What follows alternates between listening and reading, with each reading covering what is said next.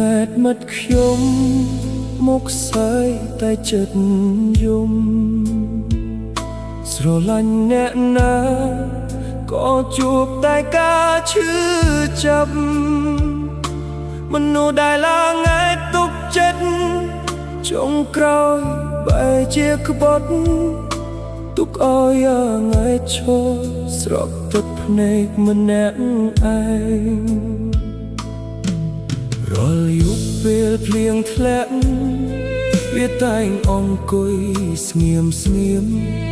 ហិតស្រាមួយកែវពីរដើម្បីបំភ្លេចរឿងឈឺចាប់អង្អែតអើយកុំយំទៀតអីនោះមិនស្មោះមិនសមឲ្យឯងឈឺហឹកស្រារាល់យប់ក៏មិនអាចភ្លេចគេនៅតែឈឺដែរ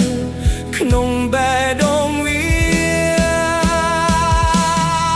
អង្អែតអើយថ្ងៃណាទើបឯងញញឹម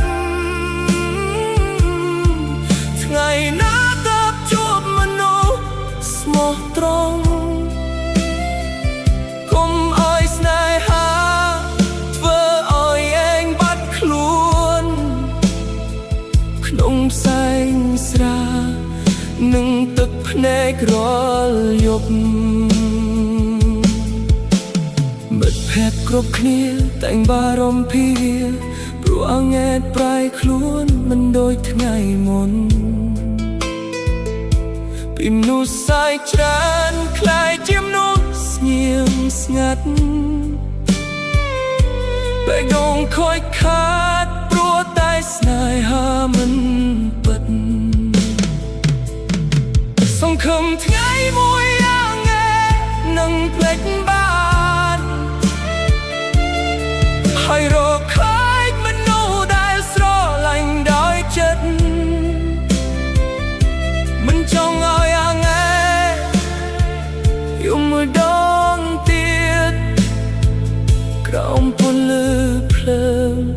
នឹងកែស្រាទើទេ